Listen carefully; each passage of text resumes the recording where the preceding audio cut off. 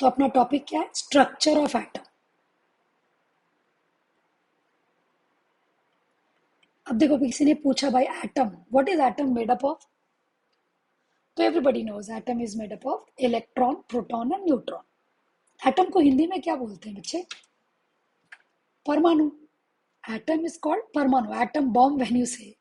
तो जो परमाणु वर्ड है वो एटम का ही हिंदी वर्जन है। ठीक है। तो जो एटम है वो तो इलेक्ट्रॉन, प्रोटॉन, न्यूट्रॉन से बना हुआ है।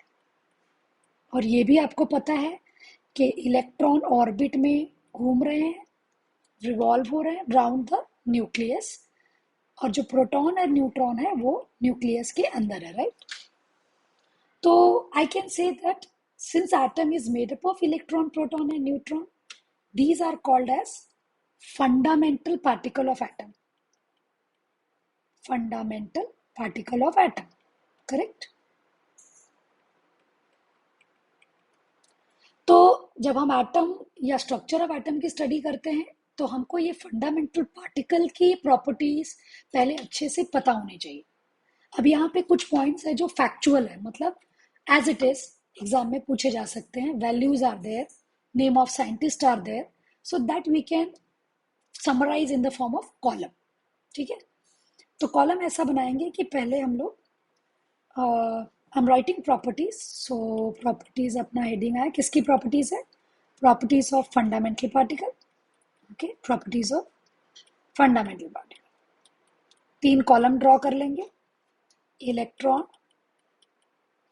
प्रोटॉन और न्यूट्रॉन, इनकी प्रॉपर्टीज हमको स्टडी करनी है। ओके, अब क्या क्या पढ़ना है? तो पहले आ जाता है मास। ठीक है। अब देखो, atom is very very small and it is microscopic. You can't see with your normal eyes, it is invisible, right? So जब हम पार्टिकल जब बहुत छोटे होते हैं तो उनके लिए नॉर्मली हम केजी यूज नहीं करते हैं as a unit to measure the mass. तो जब स्मॉल पार्टिकल्स होते हैं तो उनको मेजर करने के लिए, मास को मेजर करने के लिए जो यूनिट है वो क्या है? AMU. AMU is called as atomic mass unit. It is also represented by U. So let me write as AMU, right? अब जो मास ऑफ इलेक्ट्रॉन है वो एएमयू में जब हमने देखा तो ये वैल्यू आती है 0.0005 एएमयू। ओके, अब इससे हमको समझ में क्या आ रहा है कि भाई 0 पॉइंट के बाद तीन तीन जीरोस है, तो ये वैल्यू नियरली नेग्लिजिबल। मतलब जो एटम है उस एटम में इलेक्ट्रॉन का मास बहुत ही कम है, ना के बराबर। तो जब हम मास ऑफ एटम बोलेंगे तो प्रोटॉन और न्यूट्रॉन को ज्यादा कंसिडर करेंगे, electron mass is negligible in terms of AMU. अभी यहीं पे प्रोटॉन का देखा तो 1.0078 एएमयू फिक्स वैल्यू है ये, 1.0086। इसलिए मैंने बोला ना कि ये वैल्यूज फैक्चुअल है, डायरेक्टली क्वेश्चन आ सकता है। Like they can ask you which of the following is the correct mass of electron. Option में हो सकता है 0.005, 0.05, 0.30 and then 5, and maybe 0.40 and then 5. तो you should remember 30 के बाद आता है 5. Clear है? And the other question which can be asked from this is, out of electron, proton and neutron, who is heaviest? तो neutron is heaviest, as you can see the value. अब अगर इसी मास को हमको केजी में convert करना है तो यहाँ पे एक कन्वर्जन फैक्टर है स्टूडेंट्स, और ये बहुत इंपॉर्टेंट है आगे टॉपिक में। ये तो जो कन्वर्जन है ये इधर नहीं, एटलीस्ट इवन मोल कॉन्सेप्ट में भी इंपॉर्टेंट है। So what is the conversion factor? I am writing here 1 AMU is equal to 1.66 into 10 raised to minus 27 kg. Please remember this value. 1.66 into 10 raised to minus 27 kg. Okay, तो अच्छा देखते हैं अभी ये जो AMU है 0.0005 जो इलेक्ट्रॉन का लिखा है, अगर इसी को हमने केजी में कन्वर्ट किया तो वैल्यू क्या आएगा? तो this value comes to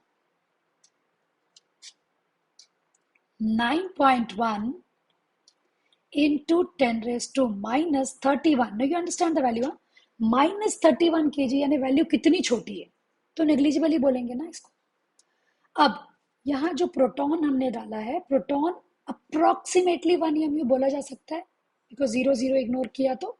okay, now 1.0078 is nothing but 1 mu, that is this many kg. So I can say approximately 1.66 10 raised to -27 kg.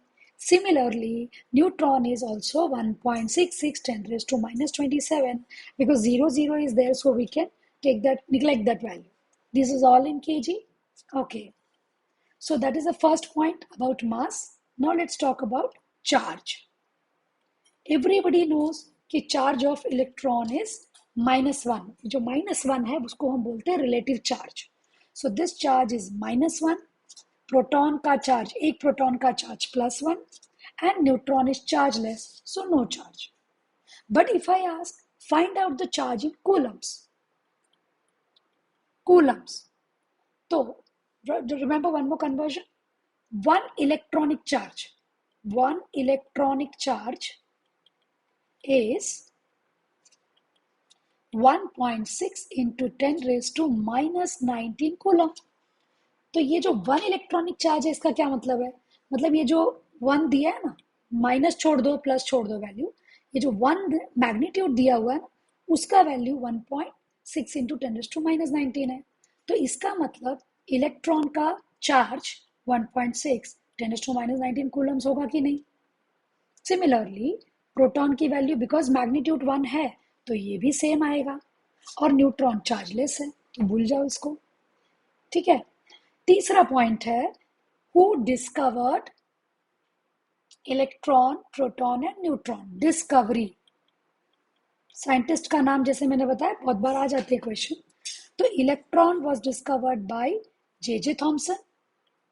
ठीक है, proton was discovered by Goldstein, and neutron was discovered by Chadwick. ठीक है, तीसरा point बहुत clear हो गया।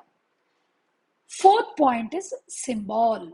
How do we represent electron, proton and neutron? Basic चीजें, but बहुत बार स्टूडेंट्स को नहीं ध्यान में होता है। So just get this, electron, proton and neutron को स्मॉल लेटर से रिप्रेजेंट करते हैं, राइट? इलेक्ट्रॉन का चार्ज -1, मास नियरली 0। चार्ज हम नीचे लिखते हैं, मास ऊपर लिखते हैं।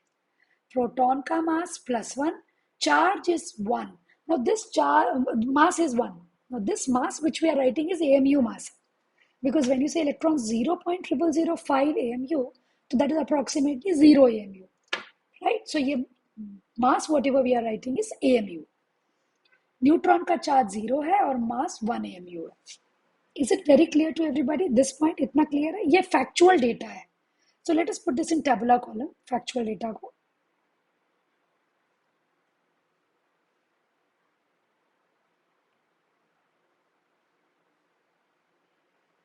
Okay, putting this in factual data in column. Okay, समझ में आ गया ये पॉइंट? थोड़ा इसको सीधा ड्रॉ कर देते हैं। ये तुम्हारा पहला कॉन्सेप्ट हुआ, ठीक है? Okay, and these are the properties of electron, proton and neutron.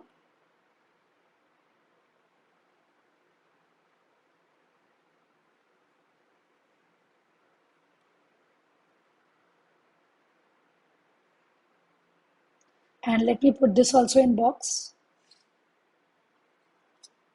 Okay, तो ये दो कन्वर्जन फैक्टर्स आ गए और ये पूरी प्रॉपर्टी हो गई। अब जब टॉपिक में आगे जाएंगे तो we are studying structure of atom ना, तो हमको इलेक्ट्रॉन कैसे डिस्कवर हुआ, प्रोटॉन कैसे डिस्कवर हुआ, कहाँ पर इलेक्ट्रॉन है, कैसे मालूम पड़ा कि इलेक्ट्रॉन न्यूक्लियस के बाहर है, why not it is inside the nucleus? तो ये क्वेश्चंस आ जाते हैं, and that is why we should know the discovery of electron, how it was done, discovery of proton, how it was done. Let us quickly see that. Discovery of electron. किसने discover किया था electron? किसने discover किया था electron? J Thomson. अब ये scientist ने क्या किया पता है? बहुत ही सिंपल है। जैसे अपने घर में ट्यूबलाइट होती है, तो ट्यूबलाइट अपने को व्हाइट दिखती है, वाइट क्यों दिखती है? क्योंकि उसके अंदर केमिकल का कोटिंग है। अगर मैं कोटिंग नहीं करूं तो वो कैसा दिखेगा? नॉर्मल ट्रांसपेरेंट ग्लास ट्यूब, जैसे अपना टेस्ट ट्यूब कैसे होता है वैसे ग्लास का ट्यूब है। तो वो ग्लास के ट्यूब को हम बोलते हैं डिस्चार्ज ट्यूब। तो यहाँ पे मैंने क्या ड्रा किया है? Discharge tube. See how beautifully scientist ने डिस्कवर किया है उस जमाने में जब किसी को पता भी नहीं था कि क्या होता है एटम, दिखता नहीं है, and still they have discovered, so it's a big thing. तो साइंटिस्ट ने क्या किया, एक ऐसा राउंड ट्यूब ले लिया, नॉर्मल ग्लास का ट्यूब है, ठीक है। इस ग्लास ट्यूब में दो इलेक्ट्रोड्स को अटैच किया। लेट अस से इलेक्ट्रोड मेटल का बना हुआ है, कॉपर, ठीक है। ये दोनों तरफ क्या डाला है? कॉपर के इलेक्ट्रोड्स है। कॉपर के इलेक्ट्रोड्स को कनेक्ट कर दिया है बैटरी से।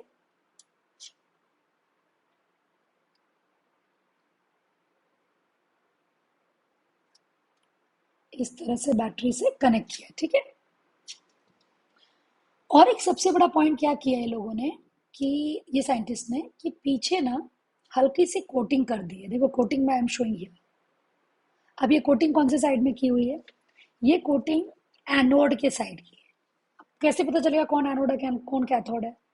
यहाँ पर ये small line is negative, small line is negative and the big line is positive.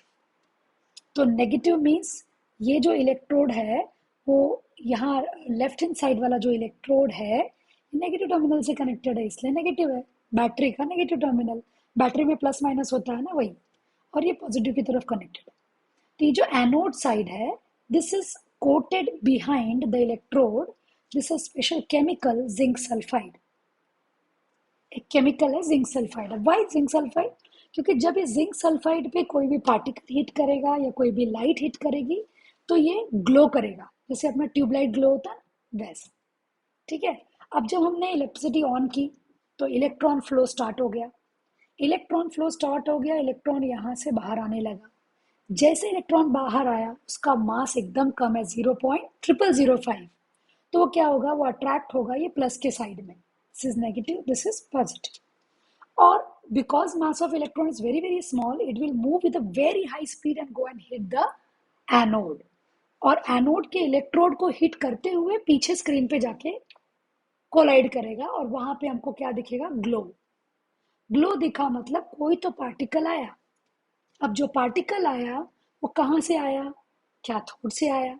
तो इसी वजह से स्टार्ट में इलेक्ट्रॉन को कैथोड रे बोला गया, because electron is a negative particle traveling towards the positive electrode, and that is why they are also called as cathode ray। और ये एक्सपेरिमेंट को बोलते हैं कैथोड रे एक्सपेरिमेंट। अंडरस्टूड?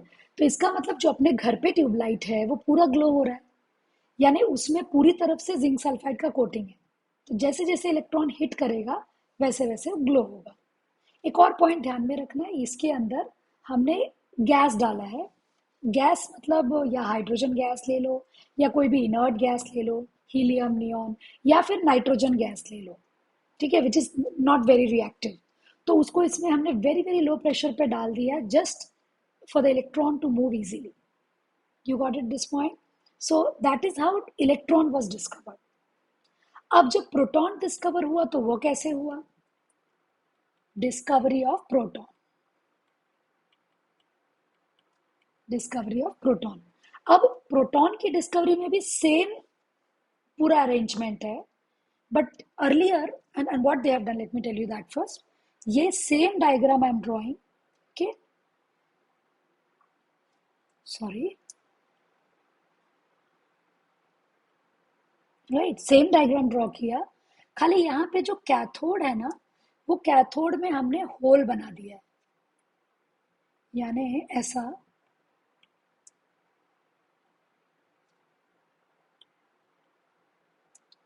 इस तरह से होल है। ये कैथोड है, ठीक है, और ये एनोड है, as usual, cathode anode, okay.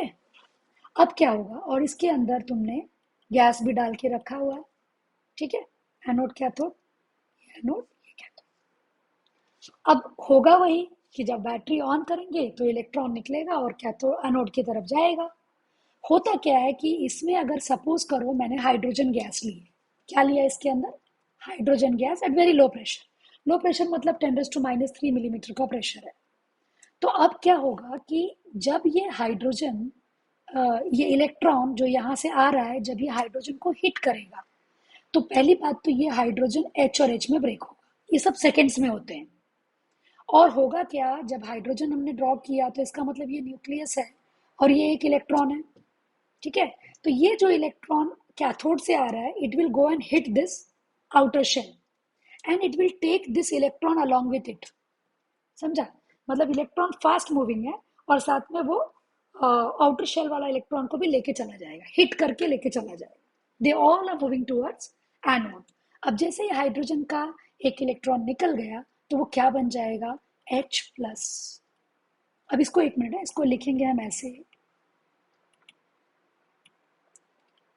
H में एक इलेक्ट्रॉन डाला, डाला मीन्स वो पास ऑन हो रहा है, तो ये बनेगा H+ plus 2 electrons. You understand? ये पॉइंट समझ में आ रहा है? एक इलेक्ट्रॉन हिट कर रहा है हाइड्रोजन को और दोनों इलेक्ट्रॉन बाहर जा रहा है, मतलब एक हाइड्रोजन का इलेक्ट्रॉन और एक जो कैथोड से आ रहा था, दोनों एनोड के साइड चले गए। बना क्या? H+ रिमेनिंग रह गया।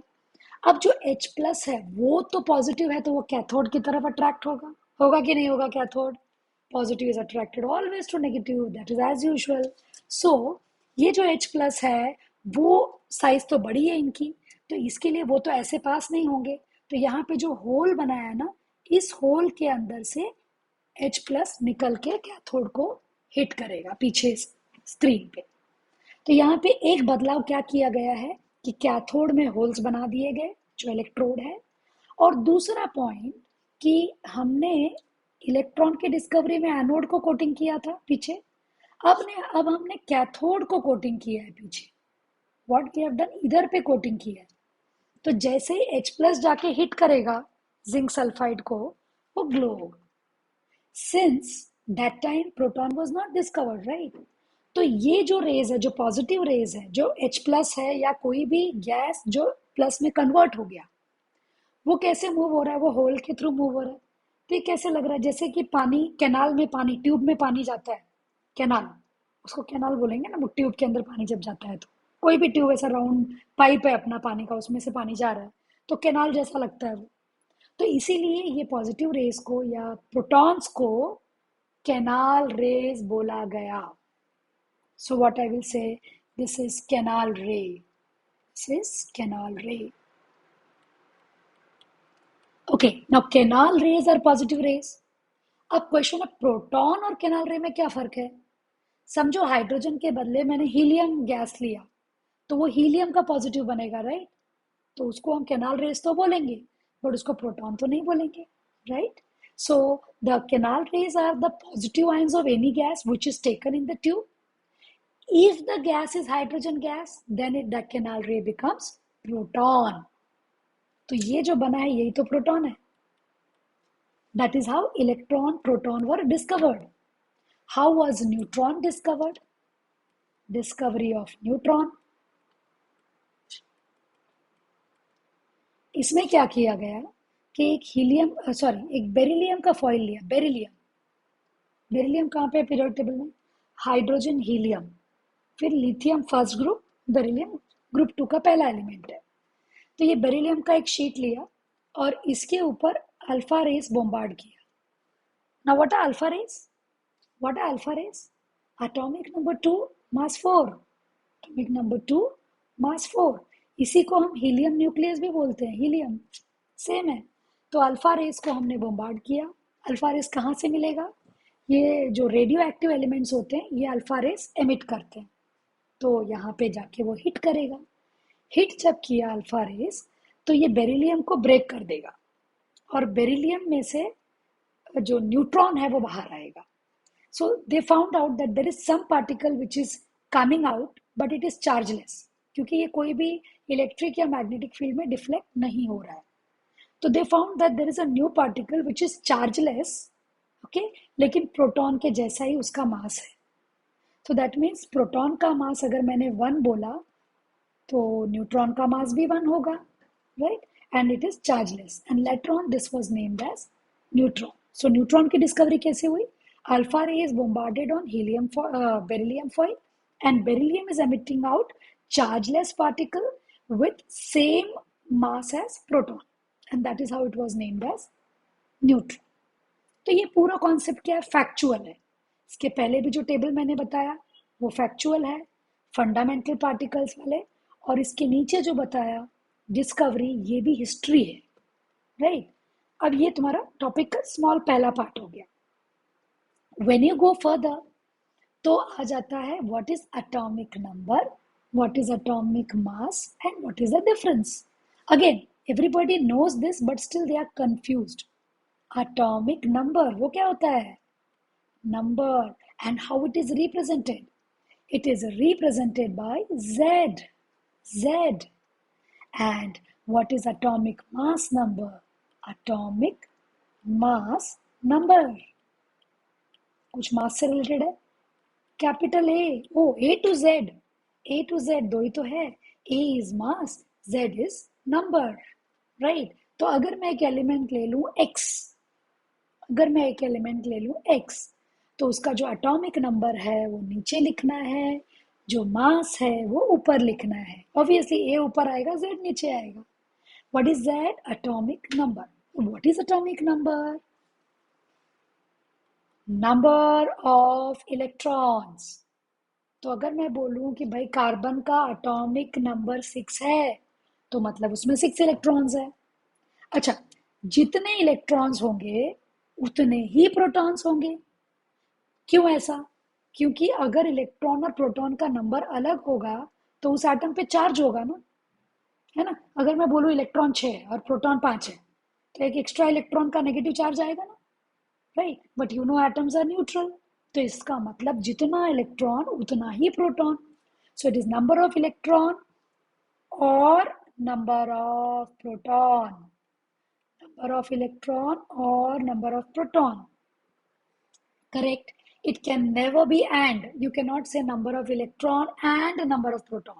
It's number of electron or number of proton because they both numbers are same. Atomic mass number में जाएंगे तो it is mass of, it is mass obviously क्योंकि उसमें mass का heading दिया हुआ है. So it is mass of proton. Actually it is mass of atom, right? Atomic mass number is mass of atom. लेकिन एटम में electron की मास तो नेग्लिजिबल है, तो it is mass of proton and neutron. Mass of proton and neutron. ठीक है? तो अगर मैं ऐसे दे दूं कि समझो बेरिलियम दिया, एटॉमिक नंबर 4, मास 10, तो आई विल से Z is 4 and A is 10. Z is 4 and A is 10. So what is number of neutrons? How do you get number of neutrons? Obviously A minus Z. क्यों? क्योंकि A is what? P plus N, right? और proton is same as electron, that is Z value. तो 10 minus 4, that is 6 neutron. ठीक है? तो neutron is capital N, proton is P and neutron electron is E. Clear है इतना point? Okay. So atomic number, mass number, you are aware. Just get this point. एक और concept है average atomic mass. What is that average atomic mass? Let's understand this average atomic mass.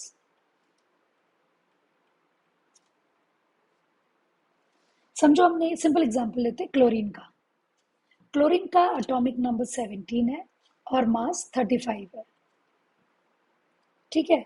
अच्छा, chlorine atmosphere में मिलता है nature में small quantity में, और क्लोरीन का एक और एटम है जिसको हम आइसोटोप बोलेंगे 37. लेट अस से नेचर में 75% अपने को क्लोरीन 35 मिल रहा है, 25% हमको क्लोरीन 37 मिल रहा है. अब किसी ने पूछा कि what is mass of chlorine, तो तुम बोलो क्या लेने का, 35 लेना है 37 लेना है. कुछ लोग बोलेंगे अरे 75% तो 35 क्लोरीन है तो उसी को ले लो, 35 ले लो. But you know that chlorine mass is 35.5. You know chlorine mass is 30. तो पॉइंट कैसा आया? Why the mass is in decimal? हर एक एटम का तो डेसिमल में नहीं है, बट कुछ कुछ एटम का डेसिमल में है. तो क्यों है डेसिमल में? क्योंकि हमको एवरेज लेना पड़ेगा. वो कैसे लेंगे हम लोग? तो एवरेज एटॉमिक मास, AAM लिखा है, average atomic mass is what ever percentage chlorine 35 है, दैट इज 75%, उसको मल्टीप्लाई कर दो उससे, प्लस जो 37 है वो 25 में परसेंटेज में है तो उसको ले लो, डिवाइडेड बाय 75 प्लस 25 एवरेज। जब हम ये कैलकुलेट करेंगे तो हमको आंसर 35.5 आएगा, and this is you, 35.5 you, क्योंकि ये जो भी मासेस है ये यू में रहेंगे। मैंने पहले ही बताया कि A is always in U, mass is always in U. Point clear है? ओके, एवरेज कैसे निकालना, एक और एग्जांपल लेते हैं। सपोज वो लोग ने आइसोटोप्स दिया हुआ है और रेशियो पूछा है। For example, second example, boron, boron का एटॉमिक नंबर है 5, लिथियम, बेरिलियम, बोरॉन। लिथियम का atomic number 3, beryllium 4, boron 5, atomic mass 10, और इसका जो आइसोटोप है उसका मास 11 है। ठीक है, नेचर में दोनों अवेलेबल है। हमको फाइंड करना है ratio of boron 10 and boron 11। ठीक है, so let us say that x is the ratio for boron 10 and y is the ratio for boron 11। हमको x और y फाइंड करनी। ओके, और एक पॉइंट यहाँ पे दिया हुआ है क्वेश्चन में कि atomic mass of boron is 10.5 10.82 you, ये दिया हुआ है। तो यानी आपको एवरेज एटॉमिक मास दिया हुआ है। ठीक है, अच्छा, एवरेज एटॉमिक मास का क्या फॉर्मूला है, जो रेशियो है that is to be multiplied by the mass, तो it will be 10 into X, ठीक है, plus 11 into Y, divided by जो रेशियो है एक्स प्लस वाई। अभी कितना दिया है, 10.82 दिया है, 10x plus 11y divide by x plus Y. तो इसको मैंने जब यहाँ ले लिया और ब्रैकेट को ओपन कर दिया तो क्या आएगा, 10.82 y is equal to 10x plus 11y। Clear है ये? अभी x टर्म को x साइड में ले लो, y टर्म को y साइड में ले लो, तो क्या आएगा, 10.82x minus 10x, 11y minus 10.82y, कितना आएगा आंसर यहाँ पे, ये आएगा 8, ये आएगा 1। No, this will be 1 minus, 0.82x और यहाँ पे आएगा 11 माइनस 0.82, कितना आएगा, 0.28y, है ना, 18y। तो x बाई वाई क्या आएगा बताओ, x बाई वाई क्या आएगा, 0.18 डिवाइडेड बाई 0.82। अगर मुझे परसेंटेज में कन्वर्ट करना है तो मल्टीप्लाई बाय 100 एंड 100, तो कितना आया, 18:82 का रेशियो आया, x बाय वाई का रेशियो आ गया। पॉइंट क्लियर है स्टूडेंट्स? तो ये एक टाइप का क्वेश्चन है which you should get from this average atomic mass, कि या तो आपको रेशियोज दिया है, एवरेज पूछा है, या तो रेशियो पूछा है, एवरेज दिया है। Is it very clear students? एक और छोटा कॉन्सेप्ट है, ये खत्म करके तो अगले लेक्चर में हम लोग what you say history, that is discovery of, no discovery we have finish, sorry, Rutherford model, Bohr's theory and then radius and energy का डेरिवेशन करेंगे। Let me show this small point, isotope, isobar, isotone. Let's see these 3 points. What isotope, ये आपने school level में पढ़ा हुआ है कि elements having same atomic number मतलब same z value, right? So I take example like carbon, carbon atomic number same, but क्या different है, मास डिफरेंट है, तो let me right different mass. समझो यहाँ पे ले लिया कार्बन 12, कार्बन 13, कार्बन 12, कार्बन 13, और एक एलिमेंट लेते हैं ऑक्सीजन का 8, 8, 8, 16, 17, 18, राइट? सिमिलरली अगर हमने ले लिया क्लोरीन 35, 37, आई एम सॉरी, ये नंबर नीचे लिखना है ना, 17, 17, 35, 37, ये सब क्या है? आइसोटोप्स है।